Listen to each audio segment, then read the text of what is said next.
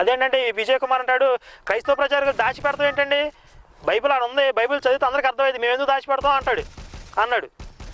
సరే ఓకే. మళ్ళీ ఆ తర్వాత అంటాడు, ఇందులో ఉన్న వాక్యాలు చదివి వినిపించేసి ఆ బైబిల్ అందరికీ అర్థం కాదంటాడు. ముందేమో బైబిల్ అందరికీ అర్థం అవుతుంది కదా, అక్కడే ఉందిగా, మేమేం దాచిపెడతలేదుగా అంటాడు. సరే అందులో ఈ వాక్యాలు ఉన్నాయని మేము చెప్తుంటే బైబిల్ మీకు అర్థం కాదంటాడు, ఆత్మల భాష అంటాడు, దెయ్యాల భాష అంటాడు. ఇది వీళ్ళు ఆడుతున్న నాటకాలు.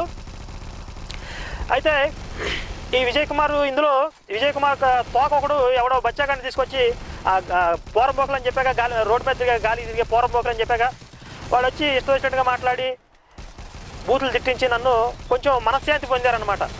అంటే వీళ్ళ బ్రతుకు తెరువు పోతుందనే విషయం ఇంతకుముందే తెలియజేశారు. ఆ బ్రతుకు తెరువు పోతుందనే ప్రెస్టేషన్లో నన్ను ఏదో వ్యక్తిగతంగా తిట్టేసి కొంచెం అలా మనశ్శాంతి పొందారు.